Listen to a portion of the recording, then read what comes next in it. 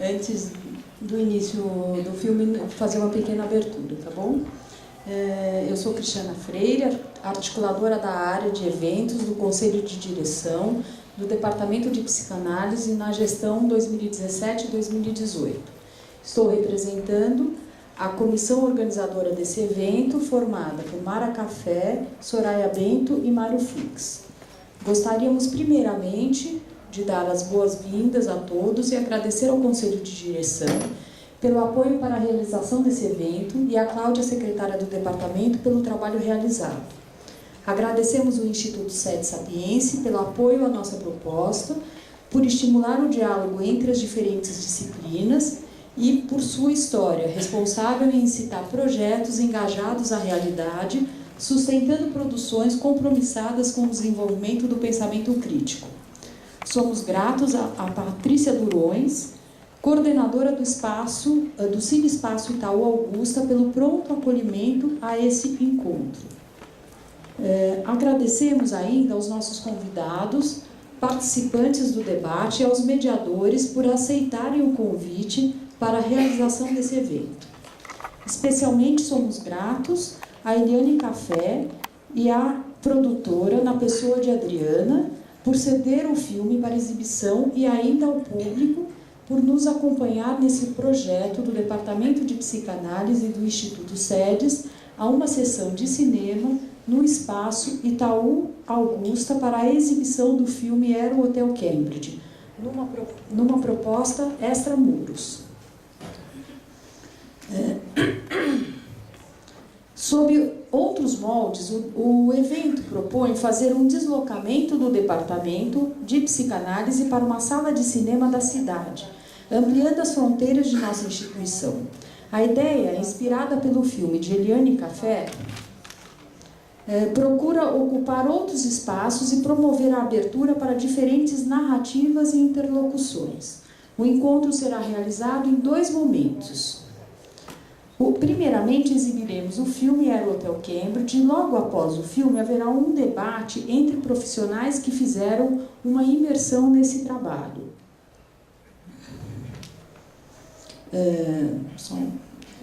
Na residência artística, coordenando grupos, liderando o movimento político, dirigindo o filme ou a arte do longa-metragem. Eliane Café, diretora do filme, Carla Café, diretora de arte, Soraya Bento, psicanalista do coletivo Escutando a Cidade, Carmen Silva, coordenadora do Movimento Sem Teto do Centro e líder da Ocupação Cambridge, Julian Fux, escritor e residente artístico da Ocupação, vão compartilhar suas experiências numa roda de conversa.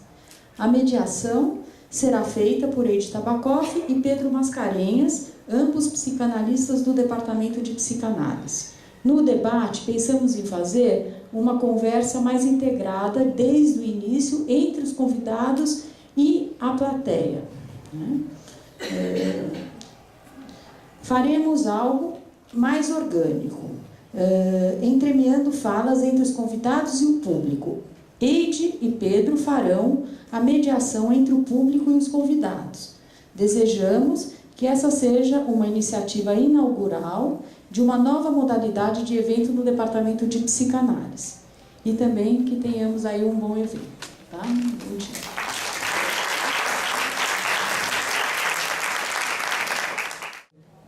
Bom dia. Obrigado pela presença.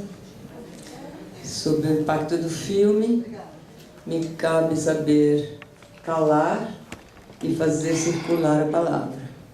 Para começar, gostaria de convidar para cá para frente, apresentar Eliane Café, a diretora do filme.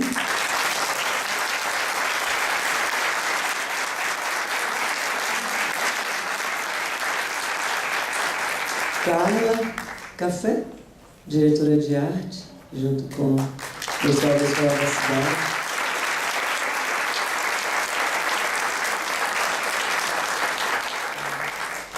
Carmen Silva, a grande líder do movimento, ainda não chegou, desculpa. Julian Fux, escritor, que fez parte de uma residência artística durante a ocupação. Soraya Bento, do coletivo Escutando a Cidade, também fez parte do trabalho, todo dia, o trabalho de ocupação coletivo.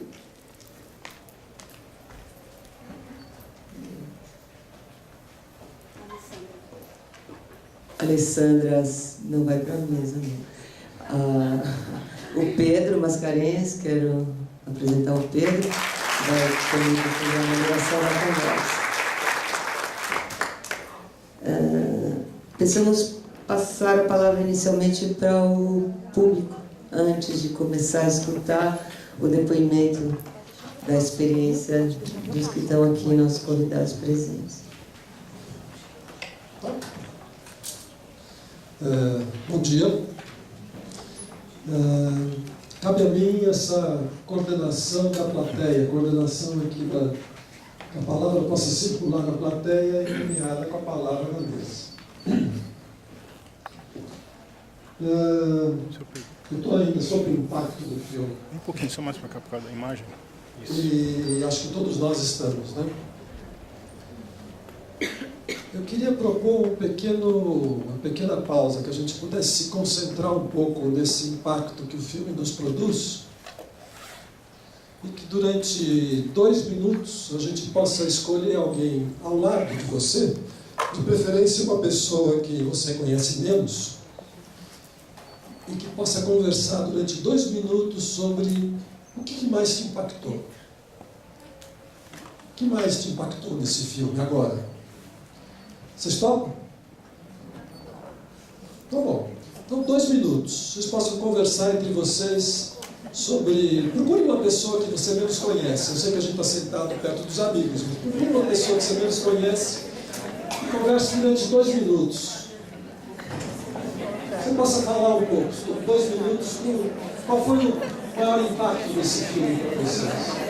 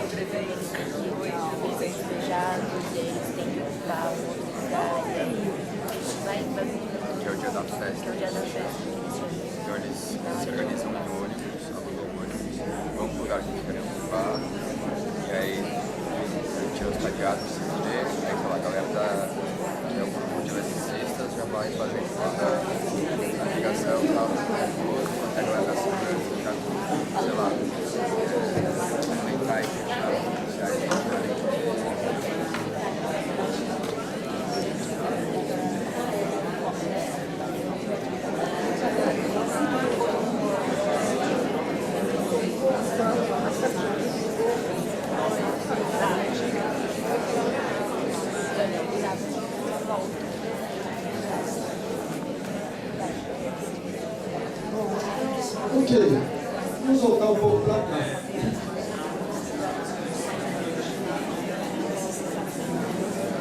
A gente vai ter oportunidade de falar a respeito disso com todo mundo.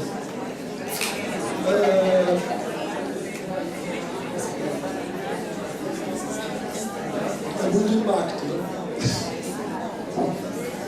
Para mim, por exemplo, a cena hoje, eu já vi esse filme algumas vezes, mas a cena hoje que mais me impactou foi a cena do canto da cantora colombiana. Foi uma das cenas que mais me impactou, emocionalmente. Eu queria deixar um pouco agora, durante também alguns minutos, a palavra com a plateia, com quem quiser falar, para todo mundo, a respeito desse impacto inicial, tanto do filme quanto dessa conversa que tivemos agora aqui. Quem gostaria de falar? Levanta a mão para falar. Vamos deixar alguns depoimentos para depois a mesa continuar a fala. Quem gostaria de falar? Ô Pedro, deixa eu falar. Bom dia, meu nome é Mânia. Não precisa, eu fui sentada mesmo. Então é o seguinte, eu fiquei muito impactada com a situação dos refugiados. mas ali tem vários tipos de refugiados. Tem os refugiados nossos, brasileiros, dos vários movimentos sociais, tem os palestinos, tem os congoleses, tem os africanos, tem o colombiano, e eu acho que cada tipo de refúgio aí é diferente do outro. Então eu queria falar de um que me tocou mais, que é o refugiado palestino, né? E esse refugiado, eu inclusive entendi um pouco do árabe que ele falava e do outro que acalentava a moça, eu entendo um pouco de árabe, e fiquei tocada no seguinte sentido: em torno, a Palestina primeiro não é um país, não é um estado, enfim, é uma denominação de um lugar que foi um protetorado inglês, que era um protetorado inglês, que ficou sob o domínio da Inglaterra, e que depois, por resolução da ONU, deram um pedaço lá de terra para Israel. Em volta ali, tem 16 países árabes que não acolheram esses refugiados. Convém a comunidade internacional, do meu ponto de vista, e não só minha, estou acompanhada de vários observadores e cientistas sociais, que interessa à comunidade internacional que esses refugiados permaneçam refugiados. As armas têm que escoar por algum lugar e têm que ser mandados para lá. Então, Israel acolheu vários desses refugiados, hoje eles são árabes israelenses. Eles têm, inclusive, uma cadeira, várias cadeiras, Senado, Parlamento, sei lá, tem representação. E esses que estão refugiados não foram acolhidos pelo Iêmen, pelo Catar, pela Arábia Saudita, por vários países extremamente ricos que poderiam dar um passo em direção a acolhê-los, e não foram. Então, eu acho que equiparar esses refugiados aos outros fica um pouco difícil para mim. Okay. Quem mais gostaria de falar um instante?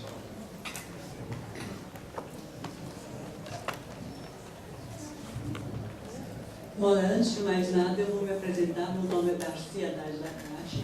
Eu adoro cinema e eu quero dar parabéns para ele ali no pé, porque esse filme emocionou. É um grande filme, é maravilhoso e mostra a verdade de muitas verdades que ninguém quer ver. Algumas pessoas não querem ver, que talvez nossos governantes não queiram ver, e a grande maioria talvez não queira ver. Esse filme tem uma verdade e uma delicadeza que me emocionou muito. Eu normalmente não falo em público, mas eu me vi pressionada a falar pela emoção que me causou esse filme. Parabéns, Eliane. Obrigada. Mais uma palavra só. Me ajude a passar o microfone, né?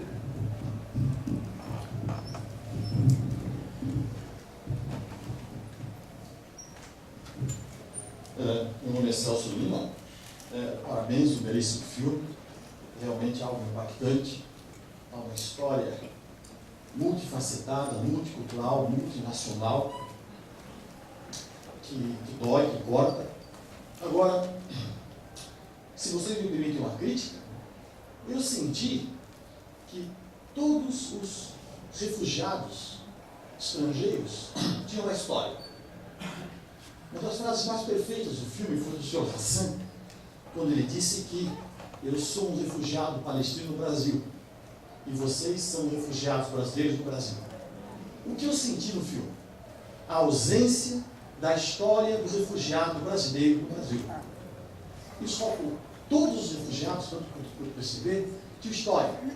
Um vinha de um país que havia dilapidação, o roubo de diamantes, ou busca de diamantes para fazer equipamentos eletrônicos, silícios, para o que for.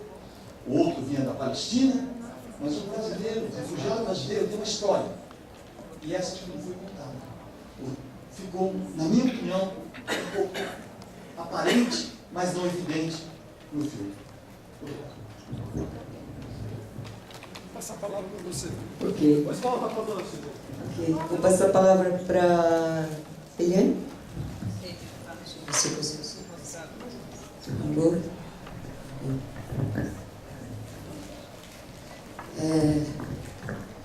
Bom dia, gente. Mas... Ok, Fica à vontade, fale o que você quiser, responda o que foi dito. Comentar. Comente. Comentar. Conte aquilo que te parecer. Em relação à questão dos palestinos, dos refugiados palestinos, que realmente é uma questão bastante complexa, muito mais do que a gente imagina, né? Até porque se a grande parte, mais da metade do povo palestino está fora, é muito estranho você dizer que é um povo refugiado, quando quase 2/3 do país foi obrigado a sair. Então não é uma questão de refúgio. É muito estranho, né? Porque eles foram realmente enxotados. Todas essas questões, assim como entender, por exemplo, a problemática do haitiano, que não é um refugiado, dentro da, vamos dizer assim, da determinação da ONU, da Acnur, do Estatuto dos Refugiados. Então tem uma série de itens legais que vão classificando essas situações. E como toda classificação, a gente sabe que ela é muito mais rígida e ela obedece a determinados critérios que nem sempre são critérios que correspondem ao real, mas a interesses, enfim, a tudo isso. É muito difícil. Se a gente fosse entrar nessa questão, a gente não ia conseguir, vamos dizer assim, dar voz ao que existe em comum com o haitiano, que não é refugiado, mas que está numa situação tão precária quanto um palestino ou quanto um brasileiro de baixa renda. Isso é o que une todas essas pessoas em algum momento, em alguma circunstância da vida delas. Mas eu acho que a ideia é essa mesmo, é provocar essas discussões. Se a gente não tivesse essa preocupação, a gente nem viria o palestino no filme, ele estaria fora do filme. Sobre a questão do brasileiro, claro, gente, que um filme, imagina, o que é um recorte de 2 horas, nem 2 horas, tem 1h30 o filme, para penetrar num universo tão profundo. Uma das coisas que mais angustia a gente quando a gente está se debatendo, isso durante o processo de fazer o filme. Quantas vezes a gente estava com a câmera lá dentro, né, Carla? E aí estava um ato acontecendo fora, com todo mundo saindo para o ato e a gente lá dentro filmando o interior da casa com o personagem. A gente se perguntava, mas por que a câmera está aqui e não está lá com o ato? De repente aconteceu outra coisa, por que a câmera está aqui e não está lá? É muito difícil a gente conseguir dar conta da complexidade que tem. Então tem uma hora que você tem que assumir um recorte, sabendo que muita coisa está fora. E que o filme, ele não é, na verdade, o que a gente vê.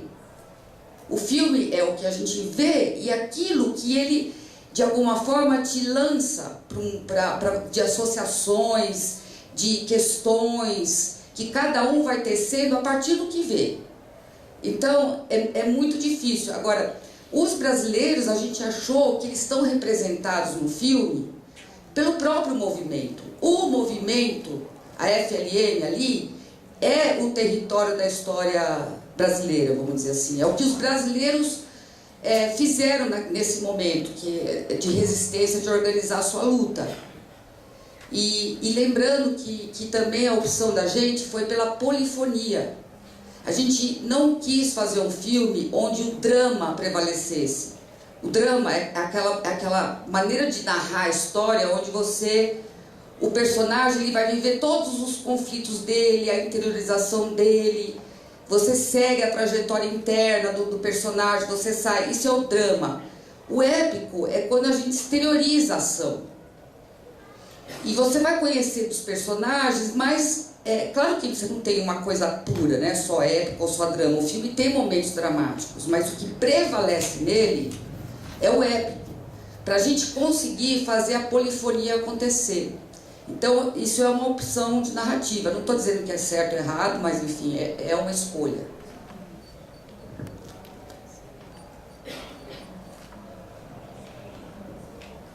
Carla, você foi convocada, de certa maneira, pela fala da Eliane. Você quer dizer alguma coisa? Bom, agradecer pelo convite de vocês, por essa oportunidade de fazer uma conversa a respeito desse filme que teve milhões de desdobramentos, muito, muito interessante, que não dá nem para, enfim, enumerar aqui. Mas o que eu acho que a experiência desse filme com relação aos refugiados é que é um embate muito, muito complexo. Todo esse caldeirão de pessoas dentro de uma zona de conflito.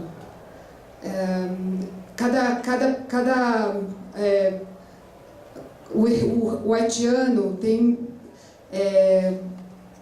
uma cultura completamente diferente do congolês, que tem uma cultura completamente diferente do Hassan, e isso no dia a dia é muito, muito complexo. A gente viveu essa situação muito forte dentro do trabalho, e era muito complexo, até a questão da língua, não só o comportamento, né, a cultura era diferente, como a língua. E isso é uma dificuldade muito grande. No dia a dia ela é enorme. E isso eu acho que foi uma coisa que também me marcou muito com relação a esse filme, foi a questão da impermanência.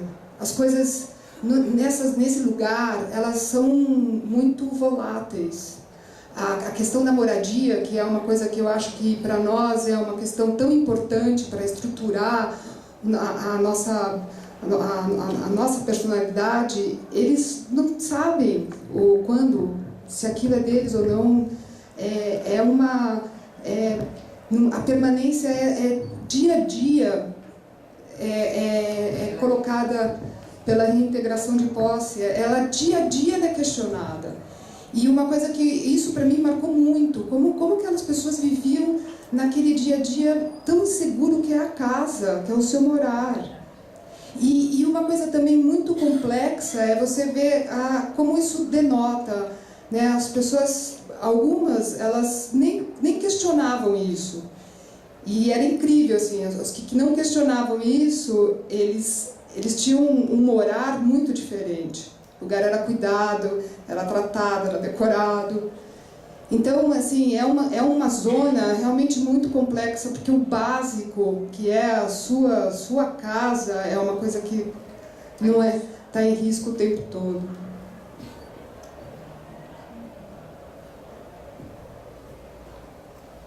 Pedro, você quer conversar? Vamos circular um pouco. Eu queria falar com algumas impressões também que vai me causando essa fala, né? Não só ver o filme, ler o livro do Hotel Cambridge, da autoria da Carla Cafecker, me desperta uma questão que, assim, esse filme não é só um filme, tem um pré-filme, tem um filme, tem um pós-filme. Isso aqui é um pós-filme possível, mas tem muitos outros acontecendo dentro da ocupação, né? Tem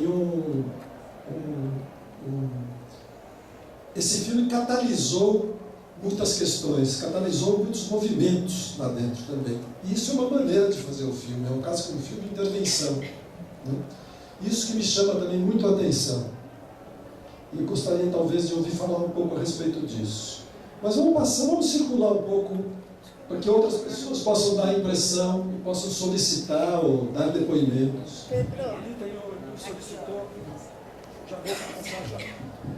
Olha, eu devo dizer que parte da minha função de fazer circular a palavra será cortar também a palavra, que é a parte mais difícil, se for necessário, para garantir justamente a circulação. Meu nome é Sara Maria, estou absolutamente impactada pelo filme, mas o que mais tem me impressionado é que é um filme que, além de tocar uma questão particular, toca uma questão universal. A cena da tomada do prédio é exatamente igual às cenas que nós vivimos na Argentina na época da ditadura, com a tomada das faculdades, com a tomada dos lugares onde a gente participava, e a violência policial era a mesma. É uma cena que representa absolutamente o que poderia acontecer em qualquer lugar. Então, por um lado, me retrajo a minha história pessoal, que no princípio sou exiliada e depois eu poderia dizer imigrante, porque a gente optou por ficar aqui, mas me interessou muito a questão da luta do poder, da luta do fascismo, em todos os momentos, contra qualquer movimento que tente expressar qualquer signo de liberdade, de apropriação do que cada um tem de nosso. Então, eu, além de agradecer o Brasil pela forma em que nos acolheu como imigrantes em seu momento, estou absolutamente contente. Quero dizer que a universalidade deste filme faz com que todos continuemos na luta. Passa o microfone para alguém perto de você. Eu tenho uma pergunta, mas ela foi primeiro, então... Bom dia, meu nome é Hugo, sou psicólogo, e durante o filme, uma coisa que me chamou muita atenção foi a Carmen, e principalmente porque eu senti muito a solidão dela como puxando o movimento, e como teve o comentário, a falta de história, né, como a história da Carmen não aparece, mas no momento em que ela precisa mais ser acolhida, não, a gente precisa de você, sem você a gente não é nada, então me deixa sozinha para eu me reformular sozinha, dar força para todo mundo, né? E como esse movimento, né, que queria entender um pouco da pergunta, essa representação dela, acho que aparece em vários outros imigrantes, né? Então, todo mundo, olha, cada um tem sua luta, mas não dá para aparecer a história, né? Como não apareceu da Carmen. Eu queria fomentar essa discussão, assim, né, da história e como a história e a liderança não aparece muito. Não sei se ficou claro. Na vida real é assim mesmo. Quem conhece mesmo a Carmen, ela é assim mesmo. Bom, talvez se não fosse assim, ela não poderia ter o papel que ela tem, né? Se a gente soubesse da vida dela. Mas é a quarta vez que eu vejo o filme e estou super tocada. Eu sou parte do coletivo Escutando a Cidade, do qual a Soraya está aí na frente nos representando. Eu tinha pensado em não falar e esperar a Soraya falar. Mas eu não estou aguentando não falar, então vou falar. Fiquei especialmente tocada hoje. Fiquei pensando por quê. Eu acho que a gente vem mergulhando nessa experiência que a gente tem elaborado trabalhos, tem falado dessa experiência que a gente teve lá no Cambridge, mas hoje, mais fortemente, talvez tenha a ver com o momento que a gente está vivendo, terrível, sombrio. Eu fiquei muito tocada de como no filme, que o filme ressalta, eu entendi mais a figura do Dumont no filme, para mim era difícil entender. Do Dumont, do José Dumont. Do José Dumont, ator. Eu fiquei muito... Eu tinha uma dificuldade de integrar ele com o resto do filme, hoje eu entendi. Eu acho que o filme, para além do que a Ana falou, ele mostra como a poesia salva no meio das situações mais limites, mais atrozes, o poético, e o poético é o poético não só do Hassan, que é poeta, que é um poeta, mas é a poesia dos encontros, é a poesia da cozinha. Então eu acho que o que o filme vai mostrando, isso me tocou enormemente, isso tem a ver muito com a direção de arte, tem a ver com aquele final lindo e com aquela batucada tocante do final, quer dizer, nas situações mais limites, na situação daquela tomada, da invasão do prédio, da polícia invadindo a subjetividade, invadindo tudo, criando um pânico. Tem o gesto, tem o carinho, tem os vão pro telhado, e é uma coisa onde a solidariedade vai junto com a poesia. E isso me tocou muito no filme hoje, porque acho que a gente precisa disso. Tem mais uma fala da plateia, quem gostaria? Aqui, Pedro. Vou passar aqui. Pedro. Depois. Passa o microfone para lá.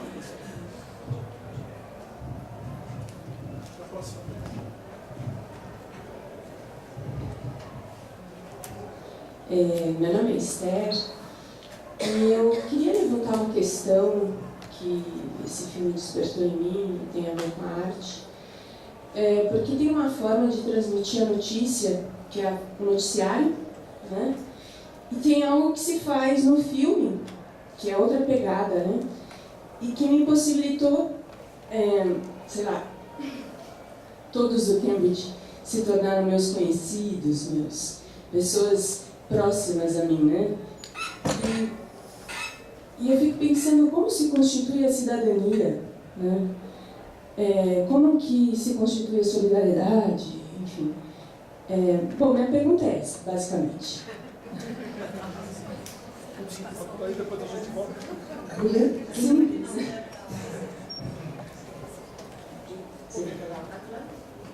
Como é que você chama?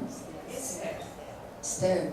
Tem um momento de repressão à arte, né? Que a gente vive também. Eu queria falar isso, eu fico muito nervosa com o microfone. Eu dou conta de falar, mas a pergunta vai por aí. Não, eu acho muito importante essa questão que assim, que eu venho descobrindo isso muito depois do filme. A Carla, acho que também, né? A gente terminou o filme, eu vou dizer assim, que o que eu entendia desse movimento era muito pouco perto do que foi depois. O filme terminou há 3 anos atrás já, 2014, nós estamos em 2016. Depois do filme, que a gente terminou em dezembro de 2014, até hoje a gente continua na militância. E essa militância, quer dizer, não é que continua, a gente inaugurou uma militância lá dentro por causa do filme. Antes do filme a gente não tinha nada a ver com o movimento de moradia, nem conhecia o movimento de moradia. Foi com o filme que a gente entrou e não saiu mais. A gente já trabalhou em outras zonas de conflito e nunca foi assim. A gente entrava, fazia o trabalho de contrapartida e depois ia embora. Nesse trabalho a gente até hoje não saiu. É muito louco. Estamos fazendo outro projeto de filme, mas a gente continua lá dentro. E por quê? O que eu descobri é assim, que o lugar do afeto, na hora que a gente entra no trabalho de militância, ele é muito louco, porque assim, eu tive uma formação marxista. Meu pai que está aqui, aliás, minha irmã Mara que está aqui, hoje a família está aqui. E a influência do meu pai, extremamente forte da nossa família, né? Então, a gente sempre tive essa questão das contradições do sistema, como é que chama? Da necessidade da empatia, de tudo isso, sabe? Toda aquela questão conceitual levada ao trabalho, à psicologia. Só que a questão, por exemplo, de como conviver nessas zonas de conflito, quando ela é do ponto de vista conceitual, eu não sei como dizer, eu estou dizendo pela primeira vez, mas quando ela é uma questão tratada no nível conceitual, com toda a importância que tem o nível conceitual para a gente, ela permite que eu entre e saia. Quando eu começo a entrar com a emoção, o afeto, quando eu começo a estabelecer vínculo, começa a mudar completamente toda a situação. Toda. Hoje nós estamos com um trabalho com os refugiados lá, toda sexta-feira a gente está lá. A Alessandra aqui está fazendo esse trabalho também. Ontem a gente estava, fomos embora, que horas que era, Lê? 10h30, 11 horas, a gente chegou lá às 7. Toda vez que a gente vai lá, gente, vocês não imaginam o que é. Ontem, quantas famílias, Ale, que entrou no movimento? Acho que umas 8, 9 famílias entraram ontem de refugiados. Numa situação limite, a mulher com um móvel numa casa, os outros móveis na outra casa, situações mais limites que vocês podem imaginar. A criança que teve um acidente lá, que caiu, morreu, uma criança lá dentro. É uma criança de uma angolana. Inclusive é por isso que a Carmen está atrasada, porque ela deve estar foi no enterro dessa criança. Vocês não imaginam o que foi a transformação desse prédio com a morte dessa criança. Em termos assim, desse cobertor de afeto, que eu estava falando para a Mara, que se estendeu e que mexe com toda a estrutura da ocupação. Mexe com a questão da liderança, com tudo. Isso que você fala, por exemplo, essa questão da Carmen, a solidão dela, é uma solidão. Você sabe quando tem aqueles... Como é que chama aquele personagem? O Conselheiro, Antônio Conselheiro. Sabe o Antônio Conselheiro? Existe, assim, nessas pessoas, eu vejo, um momento quando elas assumem essa posição, há uma espécie de renúncia. E ela paga um preço muito, muito alto por essa renúncia. A renúncia da vida mais pessoal, dos filhos, dessa história que a gente gostaria de ouvir. Como que ela é de verdade? Ela é quase o tempo todo isso. Então, para concluir, eu queria dizer assim, gente, a coisa mais rica que eu percebo nesse trabalho, que eu gostaria só de deixar aqui, eu acho que se eu conseguir falar isso, eu falei o que eu queria falar hoje, que é a importância que existe hoje de a gente fazer o trânsito, mas não é o trânsito conceitual, o trânsito de começar um trabalho integrado com as pessoas não é conceitual, ele exige a presença do corpo físico no local. Porque quando você vai com esse corpo físico, você cria vínculos e você começa a ter uma abertura do teu horizonte que não dá para explicar. Aquilo começa a fazer parte da sua vida, como é o seu amigo, como é seu filho, como é seu marido. Você começa a se importar por aquele problema, não é por uma questão só da política, vamos dizer assim. É uma política que envolve o teu corpo, que envolve tudo. E quando você vê, você está fazendo um trabalho criativo. Isso eu também queria dizer. Não é porque a gente é bonzinho que é ajudar. Você fica implicado. Aí já não é mais porque você quer ajudar, dar uma força, porque você quer ajudar o próximo só. Você fica tão implicado e você começa a perceber que a vida, ela começa a ter um outro sentido. Eu não sei se porque a gente vive no urbano, a gente vive nessas bolhas, nesse sistema que fortalece muito as nossas bolhas. Quando a gente foi dar uma oficina lá no Sesc Vila Mariana com aquelas meninas, uma oficina de 4 dias, meninas que foram lá na ocupação, elas não saíram, elas estão lá trabalhando. Então, gente, eu convoco vocês, profissionais que estão aqui, gente de várias áreas. Gente, tem uma demanda enorme no centro da cidade. São várias ocupações, essas que vocês viram é uma ocupação. Só o MSTC tem 11 prédios.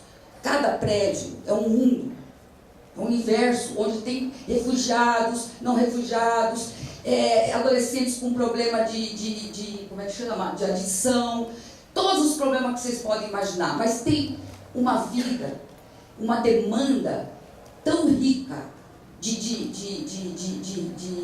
troca.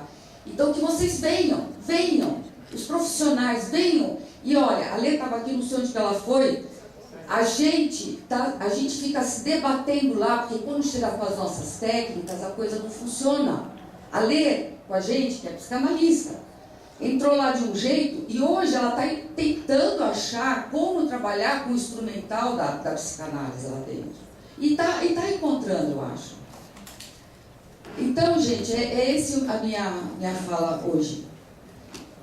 Vocês veem.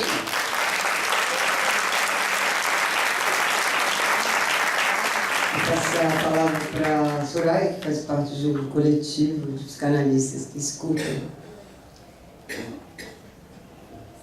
Bom, queria dizer que estou super feliz, né? Fiz parte da organização desse evento e também de poder estar aqui para contar um pouco a nossa experiência. Eu pedi a palavra para fazer um gancho no que a Lili acabou de dizer, porque eu faço parte de um coletivo chamado Coletivo Escutando a Cidade, composto por Miriam Schneiderman, Luísa Sigulen, Peu Robles, Alessandra Saposnik e Paula Janovic. A Paula é historiadora e as outras pessoas são todas psicanalistas do departamento de psicanálise. E a gente, quando começou o nosso grupo, tinha em mente fazer uma espécie de uma psicanálise antropológica, né? Gente, a Carmen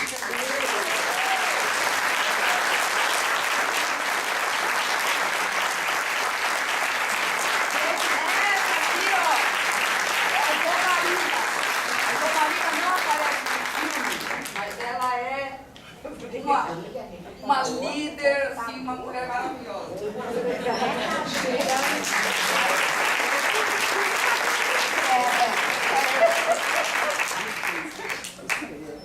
Você tá aqui, gente. Bom. Eu posso ser discreta, você. Então, seguindo um pouco a ideia que o nosso grupo tinha propostas de fazer uma circulação pela cidade, sem nenhuma proposta de nos aterrarmos ali em qualquer lugar. Até que a gente chegou no Cambridge, e esse é o gancho que eu queria fazer do que a Lili falou, porque a entrada naquele espaço, ela é uma espécie de uma captura mesmo, né? Naquele momento que você começa a se aproximar da experiência daquelas pessoas, aquilo te convida a estar lá. Só que a gente tinha questões sobre como estar lá, o que a gente podia fazer, né? Acho que o filme mostra a quantidade de conflitos que acontecem lá. Então você fica pensando, bom, psicanalista trabalha com conflitos, então tá de acordo aí com as possibilidades, mas a coisa é bem mais complicada. Então, o que a gente se dispôs a fazer foi uma roda de conversa para tentar entender qual era a demanda que os moradores poderiam dirigir a nós. E a estratégia pensada foi, assim, para garantir um pouco essa vocação nômade do grupo, a gente escolheu como ponto de referência a escada, né, que era um lugar de circulação, sobe e desce o tempo todo. E foi ali que a gente começou a divulgar esse trabalho. Então a gente se espalhou lá pelos andares e falava, para um pouquinho, respira, descansa aqui, vamos conversar. E começamos a contar que haveria toda terça-feira um grupo que chamamos de roda de conversa, onde as pessoas poderiam ir lá falar sobre a sua experiência. Então eu queria dizer que alguém que estava, né, falando sobre a história dos brasileiros, nós não tivemos nenhum imigrante nem refugiado no nosso grupo, foram todos brasileiros o tempo todo.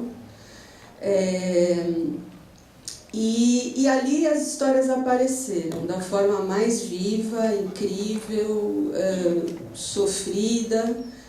E, ao mesmo tempo, foi ficando desenhado, né, para nós que essas pessoas tão acostumadas com a vida coletiva, onde tudo está sendo vivido coletivamente, que tinha, sim, uma circulação de palavra ali naqueles grupos, mas eles tinham um pedido muito claro de que gostariam de atendimentos individuais.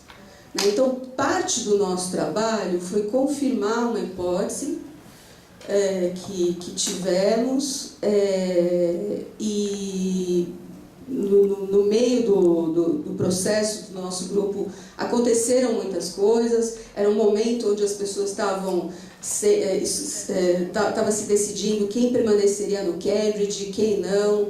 Estava acontecendo a questão do impeachment, eleição para a prefeitura, quer dizer, foi um momento político também muito duro, muito difícil, que atravessava a nossa escuta e a nossa permanência lá. Então, só para resumir, né, o resultado, né, o desfecho do nosso trabalho, que de alguma maneira permanece através da Alessandra, né, que continua lá na ocupação, trabalhando com a Lili no GRIST, que é o grupo dos refugiados imigrantes. Nós fomos convocados algumas vezes para fazer atendimentos pontuais, por exemplo, num conflito que houve entre a comunidade LGBT, então a gente foi lá fazer um atendimento pontual, e o desfecho foi criar uma lista de psicanalistas dispostos a receber as pessoas interessadas nos seus consultórios. Então, hoje, já não somos nós a oferecer algo, as pessoas podem nos procurar pedindo um atendimento e a gente vai ver o que é que eles precisam, para onde é que a gente vai fazer esse encaminhamento. É isso que eu queria contar. Pedro? Porque tem uma lista aqui, vou começar por aqui, solicitou.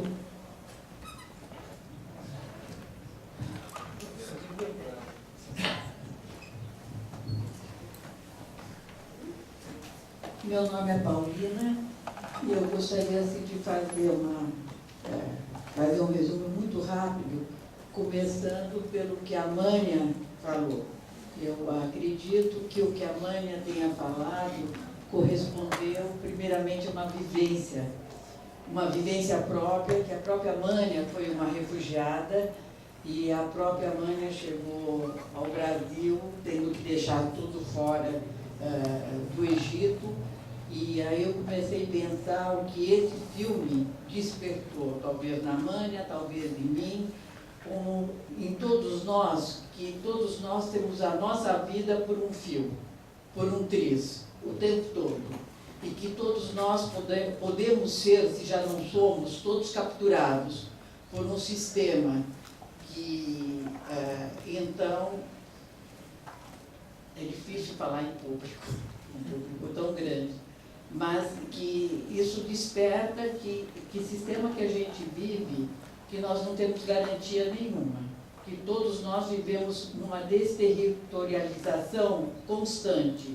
Isso não é a nossa vida. E que território que a gente pode alcançar com permanência, se tudo é impermanente. Então é isso que eu queria jogar para vocês.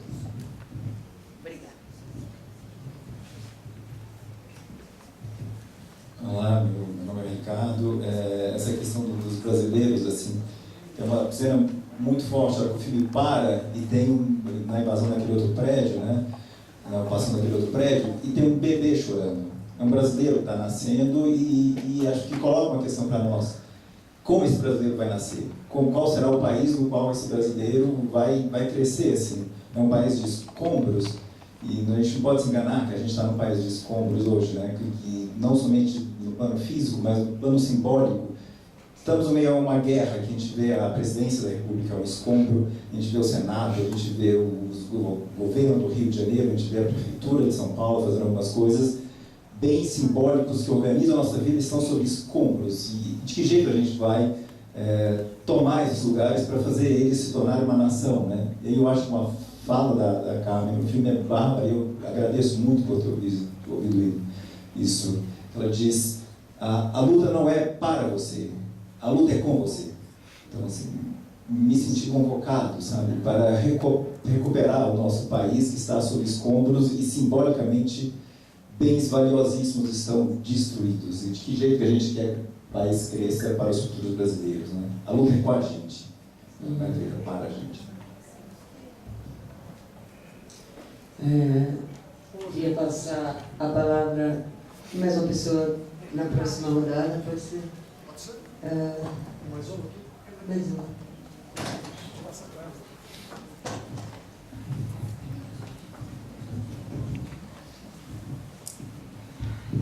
Oi, meu nome é Fátima, sou psicanalista e eu me senti convocada pelas últimas duas falas, embora eu estivesse muito mobilizada anteriormente, e eu queria apostar na impermanência e no escombro, né? Porque eu acho que o que eu vi de novo assistindo o filme foi um coletivo internacionalista, e um coletivo internacionalista botando abaixo a propriedade privada.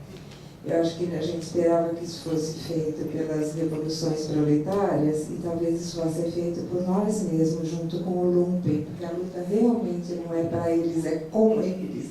E eu me senti muito convocada pela Eliane com a questão do venha vincular-se e trabalhar, e queria pôr meu consultório à disposição para atendimento de quem precisar, particularmente de crianças, que eu acho que deve ter gente que precise, mas eu queria lembrar que a impermanência é a nossa condição e que o escombro é aquilo de onde vai poder nascer alguma outra coisa. Eu, sinceramente, não gostaria que fosse uma outra nação, palestina, israelense, refugiada, brasileira. Gostaria que, enfim, a gente pudesse pensar num internacional mesmo. Afinal de contas, fomos marxistas.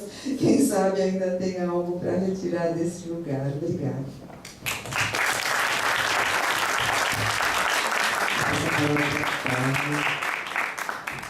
Passa a palavra.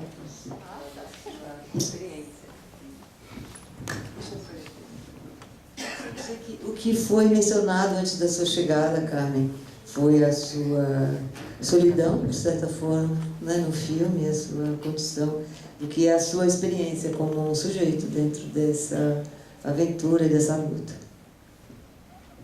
Bem, pessoal, primeiramente, bom dia, desculpa o atraso, tá?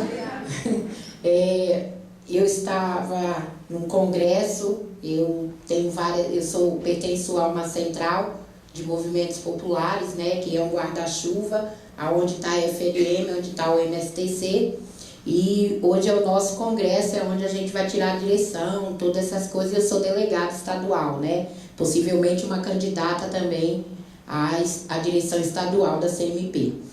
Estou recebendo a prefeita de Barra do Chapéu, numa das nossas ocupações, a Igarrejo Marina, vamos mais eu, que é minha parceirona. Dizer para vocês o seguinte, pessoal, quando eu iniciei o Movimento Sem Teto, eu iniciei como todo brasileiro que sai da sua terra natal com um único sonho, né? O sonho é individual. Conquistar a moradia, conquistar o trabalho, trazer os meus filhos, minha família, eu. Isso é a Carmen há 28 anos atrás. Quando eu cheguei, eu me deparei com uma cidade de concreto, mas é um concreto que não é só o físico, é o concreto da vida. O ser humano também estava estagnado, né? Todos os seres humanos que aqui passam em São Paulo, eles passam assim, ó, indo e vindo, né? Essa é a vida de São Paulo e de todo mundo, todos os locais do mundo, é ir e vir. E não havia escuta, né? Então, aquela Carmen que saiu de Salvador com o sonho de vir para uma cidade grande, né? Não sabendo que a minha também era grande, né? Que veio buscar qualidade de vida para si e para a sua família, deparou com a condição de morar em rua, deparou com a solidão, mas tinha um objetivo claro. O objetivo era um foco. O meu foco estava na minha família. E isso me deu a condição de permanecer, de lutar. Eu não sabia que eu era tão forte, né? E aí eu conheci o movimento Moradia, através dentro de um equipamento, o antigos albergues, que hoje são os equipamentos de casas de acolhida. Eu conheci uma pessoa que já participava naquela época dos mutirões, que na cidade de São Paulo, no início de 90, final de 80, 90, tinha muito mutirões, né? Mutirões de autogestões lá no Fundão, na Zona Leste, lá na cidade, na Juta, né? Iguatemi, São Mateus, e assim ia se aprofundando, a cidade ia se expandindo, né? Jogando a cidade para o Fundão. Ela insistia muito para me ir nessas reuniões do movimento. Eu dizia, senhora, eu estou tão desiludida, eu só acredito que nós, seres humanos, nós temos que trabalhar. Quando a gente trabalha, a gente consegue juntar alguma coisa e compra. Ela insistiu. Então, para ela me deixar em paz, mais com essa ideia, me deixa em paz, né? Eu vou. Chegando lá, eu me deparei com um universo que realmente é o universo brasileiro, é o universo, né? É o universo da falta de políticas públicas, É um universo que a gente compreende, que tem uma Constituição de garantias de direito, mas que a gente tem um Estado totalmente falido, é falido não por falta de espécie em dinheiro, é falido por vontade. É falido por vontade política. Nós temos um Estado que deixa a política partidária, não que ela não seja importante, sobrepor as políticas públicas, né? Sobrepor o verdadeiro teor de um governante. O governante, ele não pode se dispor a parar de escutar seus cidadãos. E a primeira porta de entrada para qualquer cidadão é a escuta. Independente de estar no seu estado de origem, de estar fora, se não há escuta, não vai haver nada, mais nada. Ele não está preparado, o cidadão não está preparado para pertencer a nenhum lugar se ele não tiver o primeiro momento da escuta.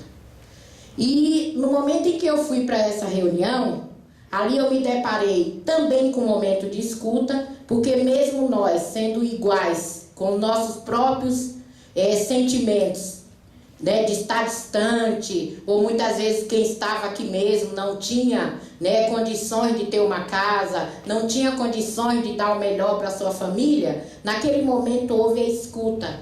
E naquele momento de escuta, nasce a Carmen, que vê que também o problema dela não é só dela, é um problema de diversos, né? Então nasce aquela Carmen com vontade de estar dentro dessa luta. Quando a gente fala luta, até me interpretaram a defensoria que deveria nos defender, interpreta que o nosso grito, quando a gente grita quem não luta tá morto, que a gente está incentivando a pegar em arma, não é nada disso não, viu gente?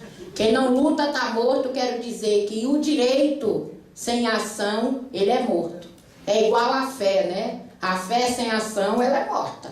Se você tem fé, mas não faz nada, né? Que adianta você ter fé, passar o dia inteiro, Jesus, Jesus, Jesus, Deus, Deus, Deus, né? E nada fazer, né? Então a mesma coisa é o direito. Esse é o nosso grito. Nosso grito, quem não luta tá morto, significa, se não formos atrás dos nossos direitos, pelo menos a gente indicar que temos direitos, ele não tem ação alguma, tá? E daí começo a ver que o meu universo não era só meu, isso aqui não passava, desse umbigo aqui não passava de nada, quando tinha várias pessoas com o mesmo problema. Então começa a nascer a Carmen, e aí começa a nascer as Jomarinas, começa a nascer as Ivanetes, começa a nascer várias mulheres. Por que as mulheres? As mulheres, ela tem uma percepção, né, de cuidar, ela tem uma percepção de proteção, né? Então, vocês veem que somos nós, as mulheres, que somos protagonistas dessa luta e que incentivamos e trazemos os homens. Não quero aqui desmerecer os homens, tá? Não sou feminista sexista, tá? Sou uma feminista que trabalho muito a condição de gênero e entendo demais o ser humano, procuro entender o ser humano. Tá? Então, o que ocorre é que os homens, no momento em que ele cai, ele decai muito. Né? A primeira providência que ele toma é vender os bens. E a mulher não. A mulher, ela tem uma questão de proteger. Acho que é por isso que, sabiamente, Deus deixou a mulher com útero, né? Que ela já vem com aquela proteção, né? Desde dentro, né? Então, essa luta que a gente faz é uma luta que é por direitos. Quando eu não falo somente que a luta é com vocês, eu também digo que a nossa ordem é a desordem do sistema, que o sistema espera que tenhamos lá toda espécie de mau caráteres, de pessoas sem índoles, sem profissão, de pessoas sem eira, sem beira, e é o contrário. Somos pessoas que estamos conscientes que nós precisamos pertencer a um local e que o local que a gente pertence, ele tem também direitos, assim como nós temos direitos e obrigações, né? O que nós queremos é simplesmente dizer ao Estado que somos parte do Estado e não queremos ser a parte do Estado. Isso, muito bem.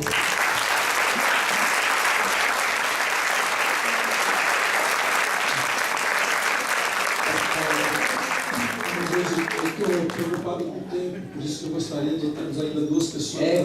Eu pensei em passar a palavra para o Julián agora.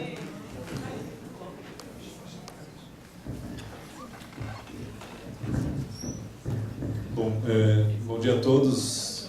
É uma espécie de sequência de deslocamentos que acabou me trazendo para cá, né? Foi por causa do filme Era o Hotel Cambridge que se iniciou uma residência artística no Cambridge e me chamaram para fazer parte dessa residência, e agora num novo deslocamento eu passei a frequentar aquele espaço assiduamente por um bom tempo, e agora neste novo deslocamento eu venho aqui e apareço numa espécie de debate sobre o filme, estranhando um pouco essa posição em que me coloco, mas ao mesmo tempo percebendo o valor que esse deslocamento traz, né?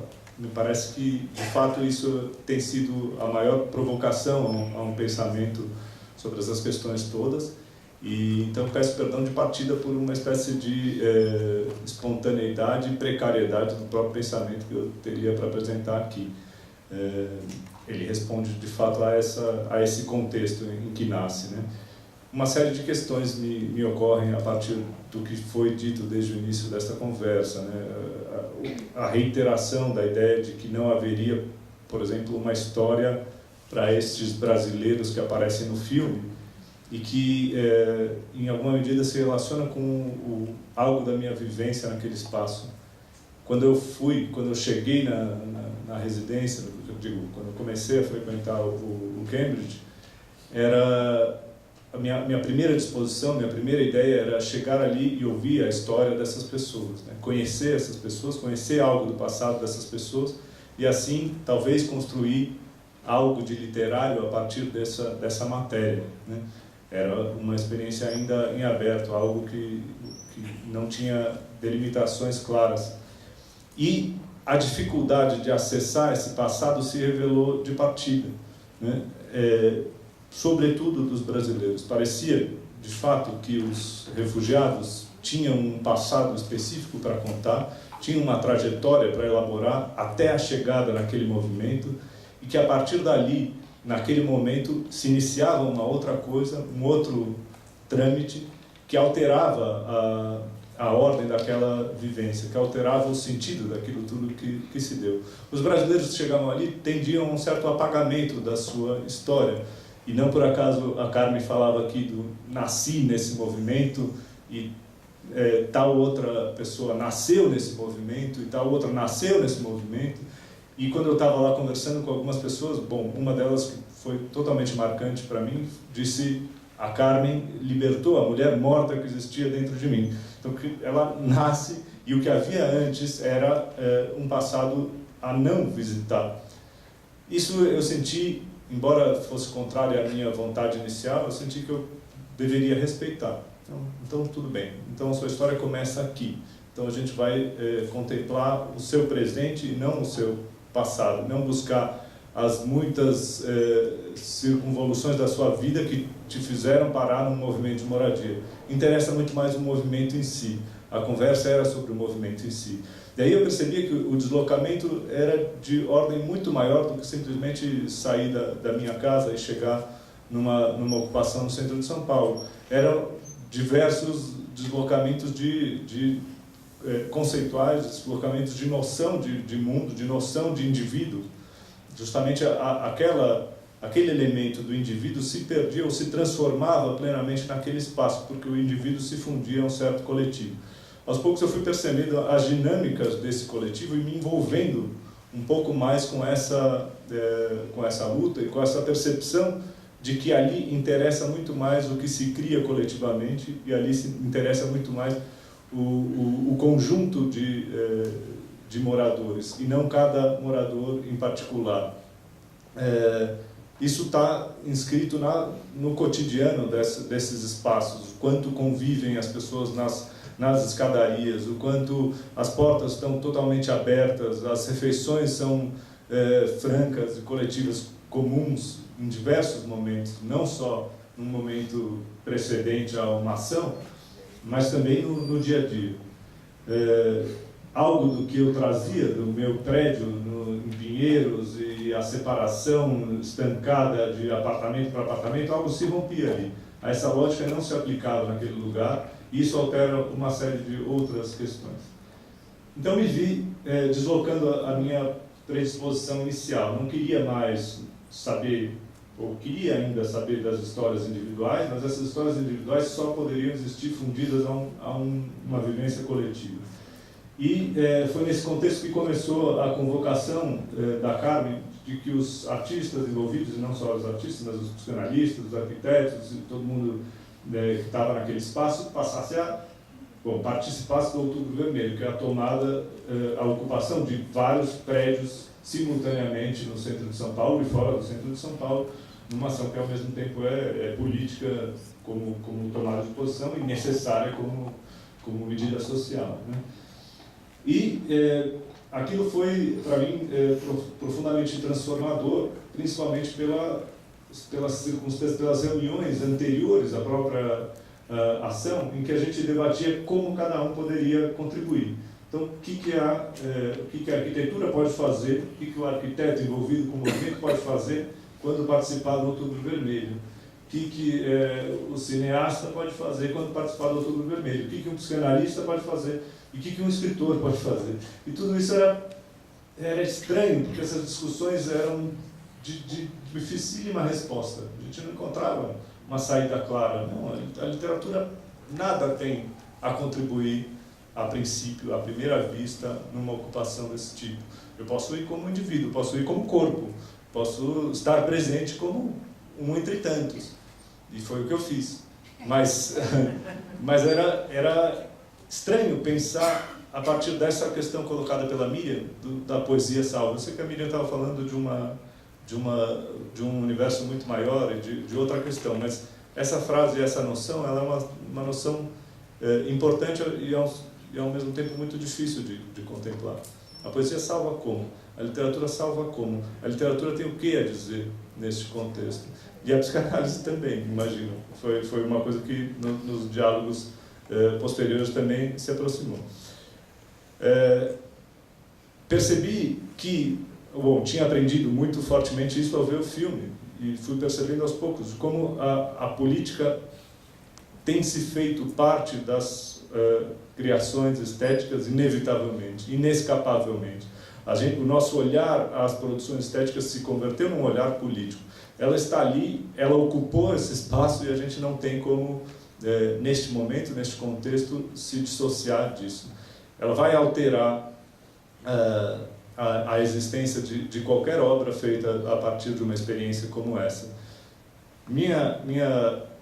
Para fazer um último giro, um deslocamento, e depois encerrar com essa questão da política na literatura, no cinema ou na psicanálise, eu vivi muito fortemente essa noção que a Lili trouxe aqui, de que era preciso estar lá, estar presente, estar de corpo presente, dar uma contribuição que ia além de uma produção intelectual, que ia além de uma produção criativa posterior.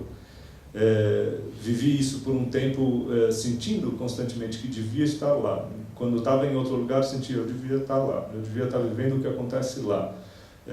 Era um sentimento constante que talvez tivesse algo a ver com essa ideia de que a luta é comigo, né? Com você, comigo. Então, eu tinha que estar presente naquele lugar. Ao mesmo tempo que o que eu estava fazendo ali não era tão claro para mim, e todos os registros, as entrevistas, isso com uma plateia de psicanalistas, imagino que vá se ressaltar de alguma maneira, eu fui me surpreendendo como eu ia pessoalmente perdendo todos os meus registros. Da noite da ocupação do Outubro Vermelho, eu perdi o gravador e perdi todas as minhas entrevistas. O meu caderninho, em que eu anotava diversos pensamentos vividos naquela situação, eu perdi pouco tempo depois. Aí eu fui percebendo aos poucos que eu precisava me perder daquilo tudo, que eu não podia fazer um registro corriqueiro daquilo tudo, que não interessava, que o papel da literatura naquele contexto não era o papel do registro jornalístico. Comecei a me dissociar, inclusive, do texto que eu tinha escrito sobre isso, na Folha de São Paulo, que tinha, em alguma medida, um caráter literário, mas em outra medida um caráter jornalístico, de registro daquilo que aconteceu. E perceber que, ao mesmo tempo que eu precisei, por um longo tempo, estar de corpo presente, em tempos recentes, para elaborar essa questão, eu preciso estar distante.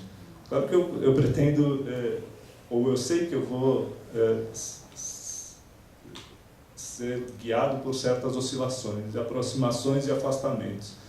Mas, nesse momento, eu sinto que a literatura nada tem a contribuir ali, precisamente. A literatura tem que se deixar alterar. A literatura não vai alterar aquele espaço, a literatura vai se deixar alterar por aquela experiência, por aquele espaço. Então, começo a pensar numa espécie de literatura ocupada. A literatura foi ocupada também por este movimento. O cinema, este é um filme de cinema ocupado pelo movimento, de cinema ocupado pela política, alterado profundamente pela política.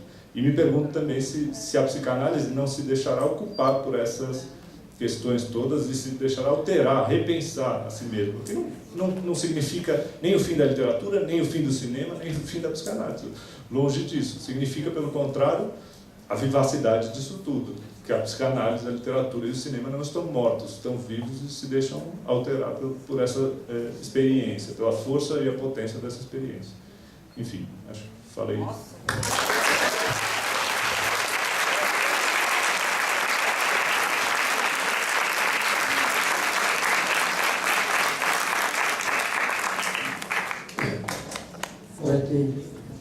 Eu fico aqui balbuciando, meio gaguejando, não sei dizer o que falar.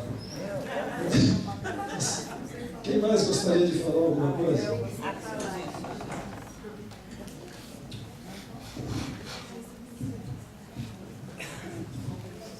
É muito impactante, né? Foi a primeira vez que eu vi o filme, mas eu acho que é tão importante trazer isso, dar essa visibilidade. Acho que o filme, né, e todos os encontros e debates, porque eu estava escutando o rádio e uma moça falava assim, que era a terceira vez de ocupação, que ela participava e com muita violência, e falava de todo o sofrimento dela.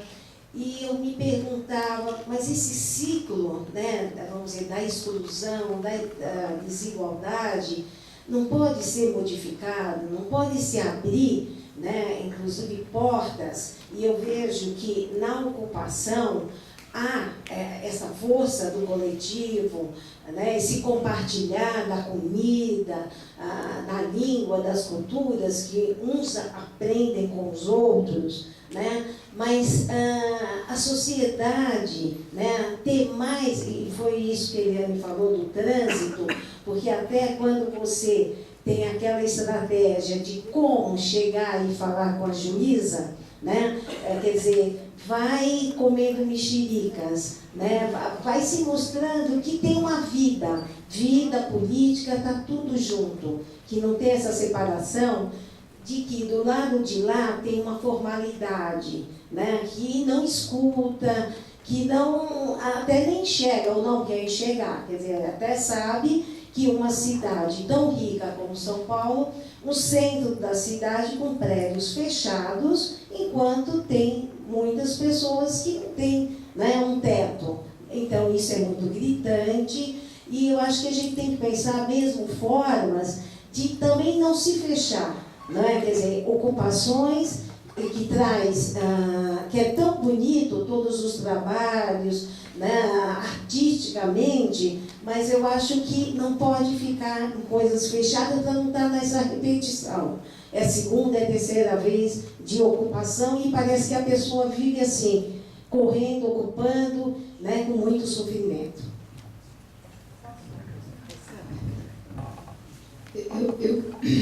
Desculpa, só queria dar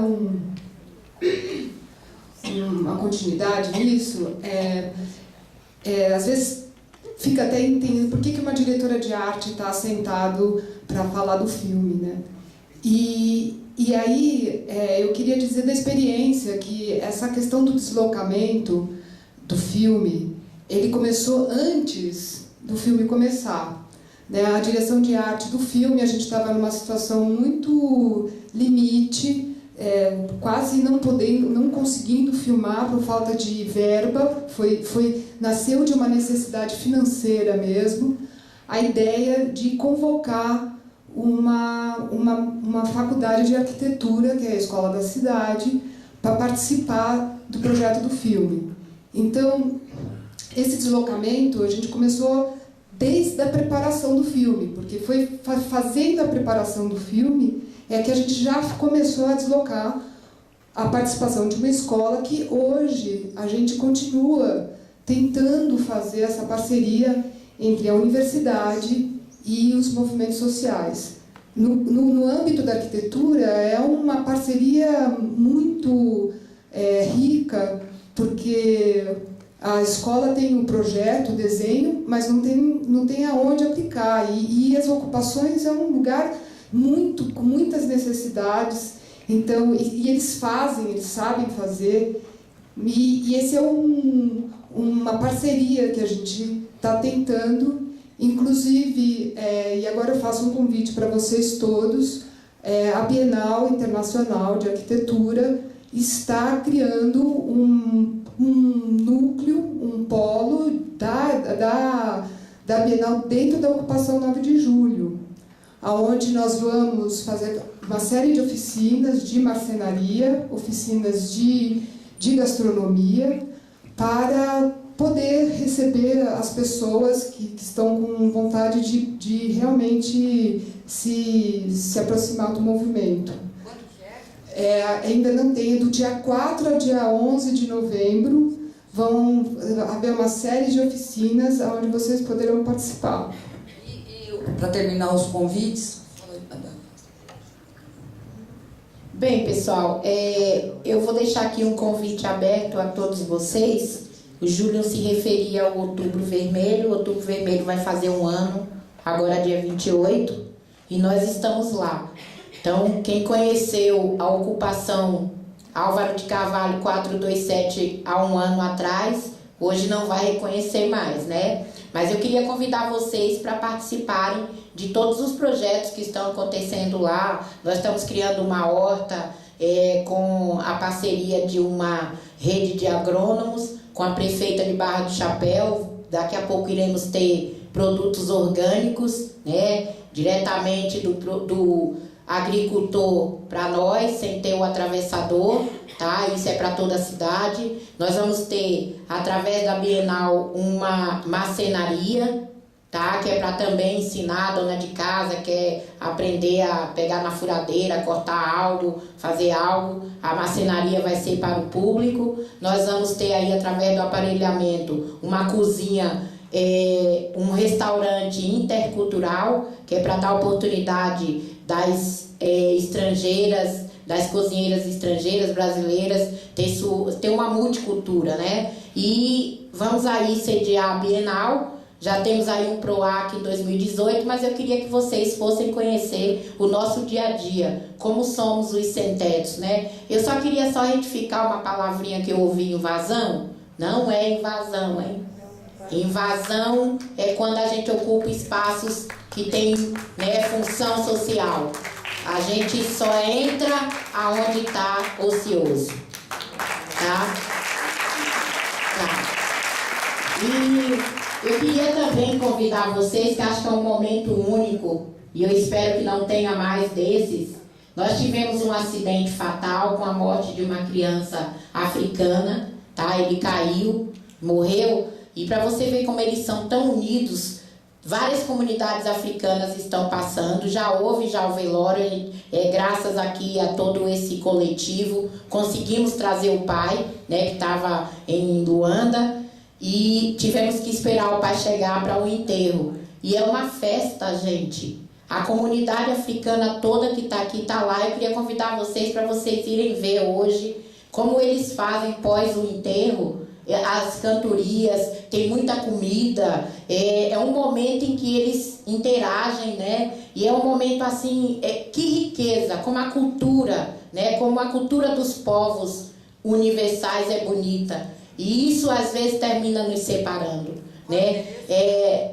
O endereço é Rua Álvaro de Carvalho, 427. Aqui descendo a Augusta, continuidade da Augusta. Tá? Vai até a noite, isso. Quem quiser passar por lá, por favor. Vou voltar a palavra para o público. Eu estava aqui escutando vocês, primeiro muito grata de escutar, me alimenta muito, porque né, tá às vezes nessa função na ocupação é responder a urgências, e aqui tem um espaço de pensamento, isso é muito importante. Não sei muito, mas eu fiquei pega por dois termos psicanalíticos, também coincidentemente também psicanalíticos, que as pessoas usaram, que foi a escuta usada pela Carmen e o deslocamento pelo Julián. Eu queria falar um pouco disso, assim, que eu acho que essas duas palavras falam também um pouco do que acontece com o lugar do analista. Quando você, analista, chega, se aproxima até a ocupação. É um deslocamento total. A gente é analista, a gente sabe que esse é o nosso olhar, mas, por outro lado, você está em outro lugar. Você está em outro lugar porque você chega num espaço que você não está indo num ambulatório, você não está indo em nenhum daqueles espaços conhecidos que a gente normalmente ocupa. E, enfim, é uma residência, é um prédio, é uma residência artística, e isso é muito, não sei, acho que para mim, especialmente, é muito impressionante, assim, que tipo de intervenção, ou como pode um psicanalista participar desse espaço, né? Qual é o nosso lugar? Eu não tenho uma resposta, eu acho que a gente vai tentando construir isso, e às vezes a gente constrói e desconstrói, se frustra, não é fácil esse lugar. Às vezes, eu muitas vezes já pensei, por que eu continuo vindo aqui? Mas eu continuo ouvindo. É muito interessante essa interface do psicanalista fora do consultório, do psicanalista na cidade. Inúmeras vezes eu estou indo à ocupação, aí eu encontro a Lili na rua e ela fala: Ale, vem aqui, vamos entrar no teatro para conhecer. Daí o teatro tem uma parede que cruza até o Cambridge, de repente você está lá conversando com outras pessoas. Quer dizer, o psicanalista na cidade, essa proposta também do nosso grupo Escutando a Cidade, que é escutar a cidade, de fato. A gente não está fazendo clínica pública, que é um trabalho super importante, mas não é isso que a gente faz. Então eu queria dizer que, eu não sei, eu também estou muito mobilizada por isso que aconteceu essa semana na ocupação. Enfim, acho que uma morte reverbera muito, acho que é muito importante a Carmen ter falado isso, para a gente poder também dividir.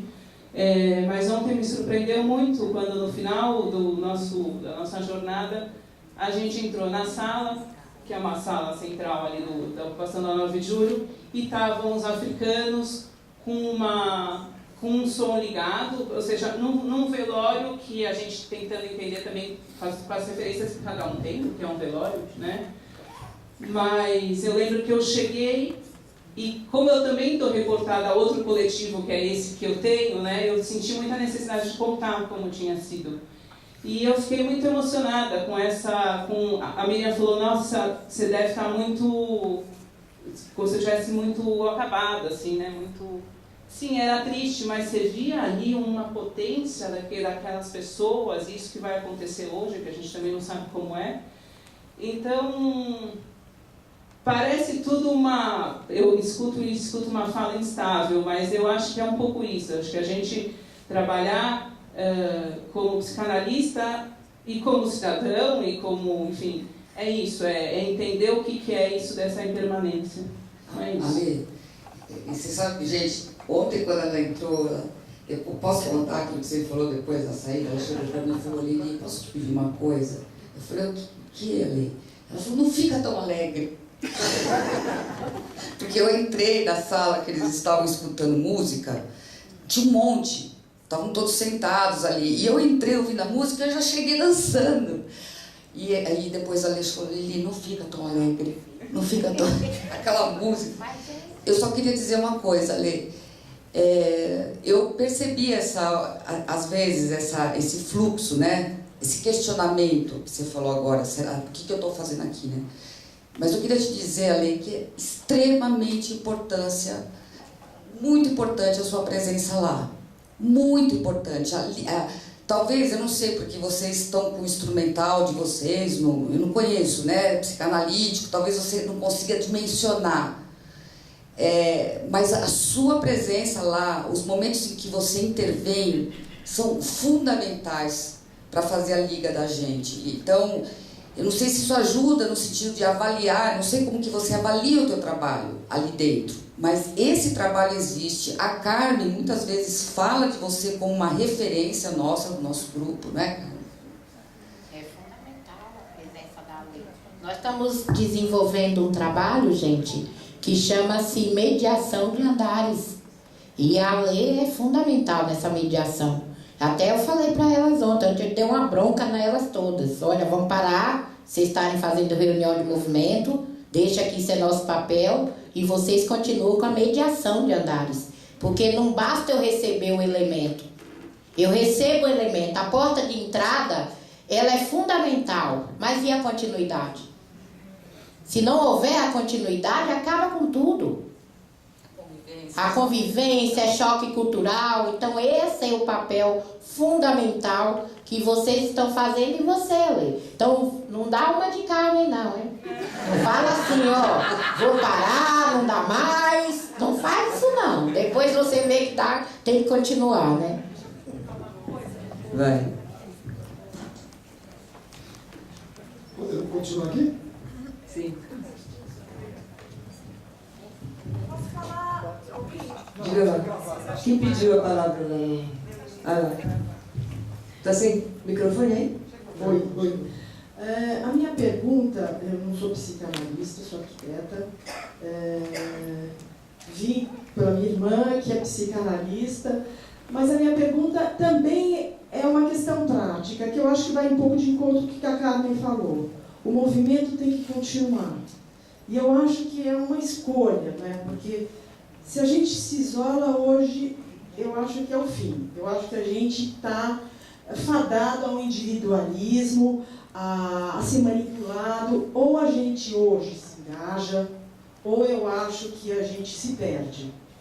E a minha pergunta é a seguinte: como continuar o movimento quando foi feito o filme? Quer dizer, a minha pergunta é prática com relação ao filme. O filme tiveram atores que a gente conhece. Esta questão, quer dizer, os atores que tiveram no filme eram pessoas de lá, junto com atores profissionais. E que ponto que foi isso autêntico, de alguma forma? Porque tiveram alguns momentos que eu falei assim, isso é criação, mas isso também é autêntico, isso é genuíno e eu conheço essa história. Essa história existe, é real. Mas, ao mesmo tempo, ela tem momentos de filmagem, de ficção. De ficção. Então, tiveram elementos que eu acredito que foram feitos de forma muito teórica, né? Assim, o que liga, de fato, os movimentos que a gente pôde ver no filme foi uma coisa didática. E, ao mesmo tempo, ele tem uma questão de autenticidade. Ele é autêntico na medida que os personagens ali vivem aquilo. Vou dar só um exemplo, que eu acho que ilustra bem isso que você está falando. Oi? Não, ficou claro? Sim. Um exemplo, por exemplo, o caso do palestino, do Issam. Quando a gente chamou o Issam, lembra os Skypes? Você imagina como que seria impossível a gente ir com uma equipe de cinema para Gaza? Já é dificílimo entrar em Gaza. Imagina uma equipe de cinema, o custo, era impossível, nem pensar nisso. Quando eu convidei o Issam para fazer parte do filme, ele sabia que é uma ficção. Só que ele traz, junto com ele, uma questão muito forte. E ele viu ali uma oportunidade dele falar da questão. De tornar isso visível, mais visível. E aí, quando eu falei, imagina se a gente fizesse um Skype com Gaza. Ele entrou em contato com essa personagem Na verdade, ela não é parente do Issam, ela não é prima dele. Essa parte eles estão ficcionando. E quando ele convidou ela para fazer parte, ela sabia que ela ia fazer parte de um filme de ficção. Ele falou com ela. E o dia que a gente vai fazer a filmagem, ela vem com o computador e ela sai da casa dela. Olha que louco. Ela sai da casa e ela vai para um lugar que tem aquela imagem que, não sei se vocês lembram no filme, que ela faz assim no computador, aparece toda... Ela escolheu a locação, porque ela sabia que ia passar no filme. Olha a construção conjunta. Eu não falei para ela, olha, escolhe um lugar que dá para a gente ver Gaza. Não falei isso. Então, a mesma coisa aconteceu com o pessoal do Congo do celular. Isso não estava no roteiro, não sabia disso. A questão de que o celular, a grande parte é feita de coltan, que provocou a guerra, enfim. Então, o que foi o roteiro literário? A gente tinha a ideia de fazer um Skype, porque era o jeito de a gente colocar o lado de lá na história. Não tinha dinheiro, vamos fazer com Skype. Na verdade, isso virou linguagem depois. E o roteiro literário, ele era indicações de situações. Então, por exemplo, você acha que a Carmen vai decorar roteiro? Imagina se desse para ela o roteiro, ela decorasse o personagem, o cinema tradicional. Impossível. Mas o que a gente fazia? A partir do que a gente vivenciava, a gente, equipe de criação, a gente criava uma situação e propunha a ela. A cena da mexerica, o que está fazendo a Carmen? Ela está realizando a cena aqui de ficção que a gente tinha proposto. Olha, agora é o momento que vocês fazem, dava a situação, você vai convocar o pessoal. Aí ela sabia o texto, é a vida deles. Ela fazia o texto. E muitas vezes, vivendo aquela situação na hora que estava rodando, ela lembrou da história da mexerica. E ela contou isso fora do set de filmagem. Ela contou ali na hora que a gente estava ali no cafezinho do set. E aí a gente falou, nossa, mas essa história tem que estar no filme, né? E aí, gente, vamos rodar, vamos improvisar. Ela entra e improvisa essa cena. Então, respondendo, a ficção e o real, ele está se costurando ali, entendeu? A todo momento. Mas, desde que todos estão compactuados a fazer esse jogo. Todo mundo quer jogar o jogo. Isso que é legal. E muitas vezes, através da ficção, você acessa coisas vamos dizer assim, do repertório que você não acessa através do documentário. A gente às vezes acha que você está mais perto da verdade quando você está abrindo a câmera para um depoimento. Às vezes você está muito longe da verdade e você se aproxima mais quando você faz o jogo. Porque no jogo a pessoa não controla o que ela vai dizer, quer dizer, ela se expõe, às vezes sem ter tanto controle, né? Enfim. Tem alguém... Queria comentar um pouco a questão, posso? Sim, rapidamente. Rapidamente? Desculpa, não, mas claro, faz parte da faz todo sentido. Né? Não, justamente comentar a necessidade da ficção que aquele lugar acaba ensejando, né? Porque a chegada nesse espaço, talvez da Lili, talvez do pessoal do filme e também a minha, é uma chegada com uma certa sanha pelo real, uma vontade de verificar o real, de enxergar a coisa tal como ela é. E aí, de repente, o próprio lugar parece convocar a ficção, parece demonstrar a necessidade da ficção. Então, acaba respondendo isso que a Lili minuciou empiricamente na construção do filme, acaba respondendo a algo que está se dando de maneira geral nas artes como um todo, na ficção, na literatura, que é essa ruptura de fronteiras, né? A precariedade das fronteiras que a gente traçou em outro tempo, da ideia de que haveria um documental e um ficcional pensamento separados, um historiográfico e um narrativo especificamente separados, e a necessidade justamente de romper essas fronteiras, de provocar uma interlocução constante. Por que você acha? Assim, por que você acha? Eu queria saber mesmo. Não, por que a gente chega e quer funcionar? Fala de novo, Lili, para todos ouvirem. Eu quero saber dele, porque eu não tenho isso claro para mim, e eu sinto isso que ele falou. Por que você acha que quando a gente chega nesse lugar, a gente quer ficcionar? Enquanto você está tão perto do real.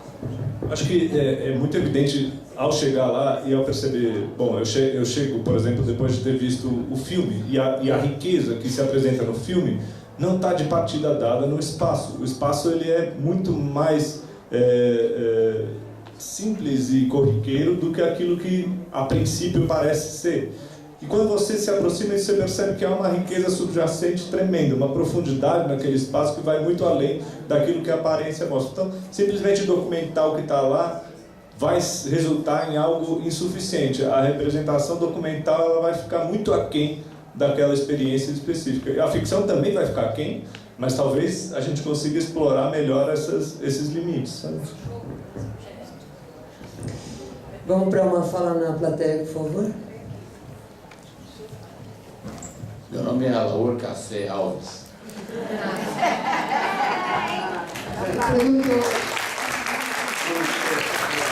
É o produtor.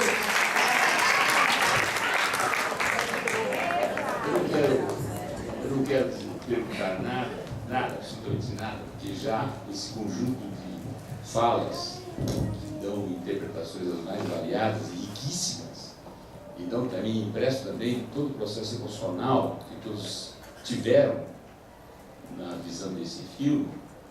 O que me interessa apenas agora nesse momento é agradecer toda a equipe desse filme, e a Carmen que aqui está, que é a protagonista mais importante do filme, se vê claramente, mas toda a equipe, né? Sem a equipe não haveria o filme. Eu quero agradecer também a todos aqui que compreenderam isso, que tiveram a impressão e interpretaram a realidade disso aí, tudo que liga a nós brasileiros, o problema que estamos enfrentando atualmente. Mas antes de tudo, quero aproveitar esse momento para agradecer profundamente a vida que vocês me deram, você, Eliane, você, Carla Café, e você, Mara Café, que está aqui presente, são as três irmãs. As três irmãs. Tem um filho também, Marcelo Café, não está aqui presente, mas as três estão aqui presentes. Vocês todos me deram uma felicidade imensa, a mim e a minha esposa que está aqui.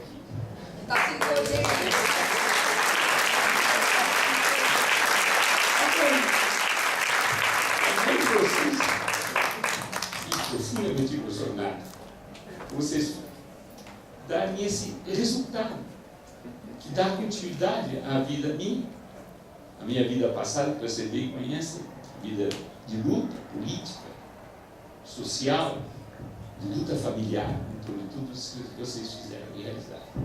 Eu agradeço profundamente a vocês, filhas, Mara, Eliane e Carla Café, por tudo que me deram, a mim e a Maria Helena, que é sua mãe. Muito obrigado.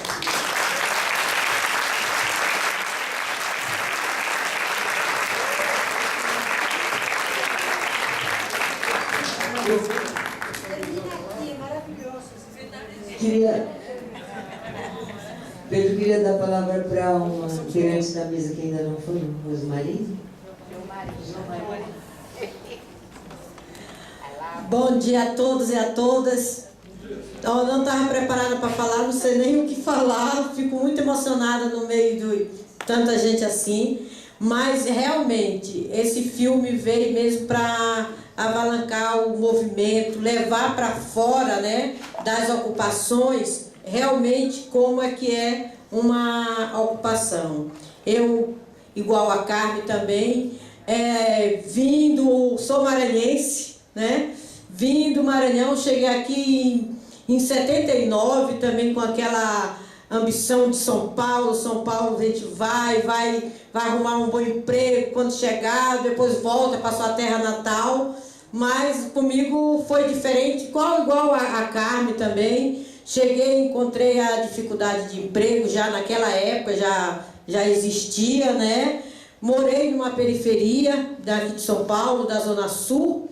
E a minha vida mudou, eu mesmo vim viver São Paulo depois que eu vim para o movimento de moradia, tá? Vim em 2002, conheci o MSTC e aí realmente eu vi viver, conhecer São Paulo mesmo, o centro de São Paulo, as ruas principais de São Paulo, depois que eu vim para o movimento. E o movimento mesmo, ele transforma as pessoas. Eu tenho a experiência minha, me transformou. Eu era uma empregada doméstica, cheguei no movimento e mudou completamente a minha vida, a vida dos meus filhos. Eu tinha 3 filhos, estudavam e um dia eu falava assim, meu Deus, será que meus filhos um dia vão fazer uma faculdade? Eu tenho maior vontade de ver um filho meu formado.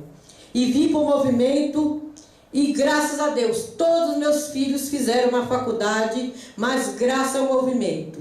E eu me transformei em vida dos meus filhos, e hoje eu sou uma gerente administrativa de um Bom Prato e continuo fazendo trabalho, né?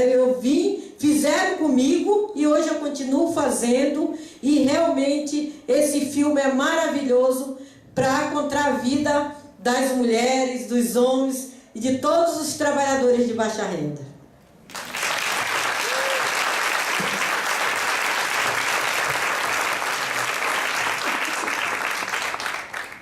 Alguém mais gostaria de fazer uso da palavra?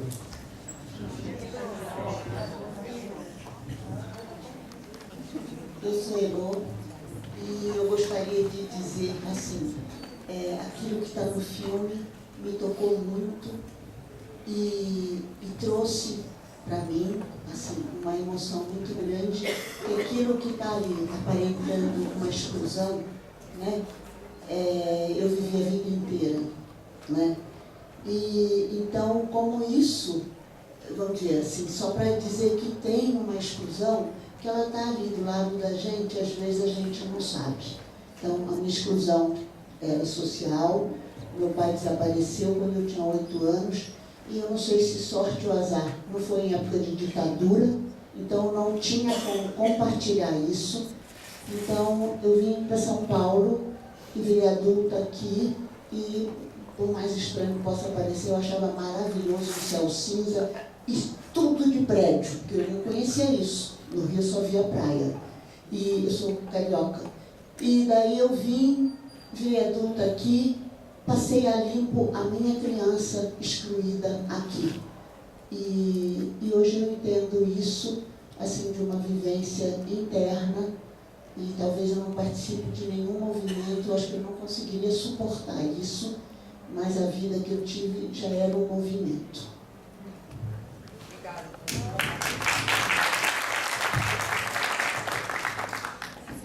Alguém mais?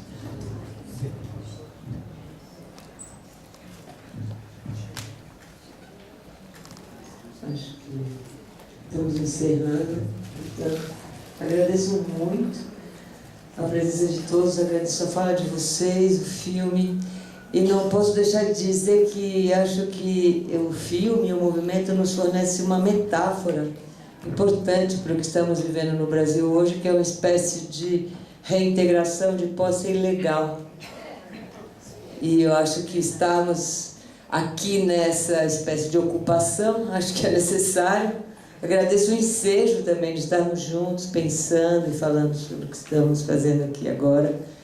E, bom, que a gente possa ocupar outros espaços e falar e continuar nesse movimento de rede, né?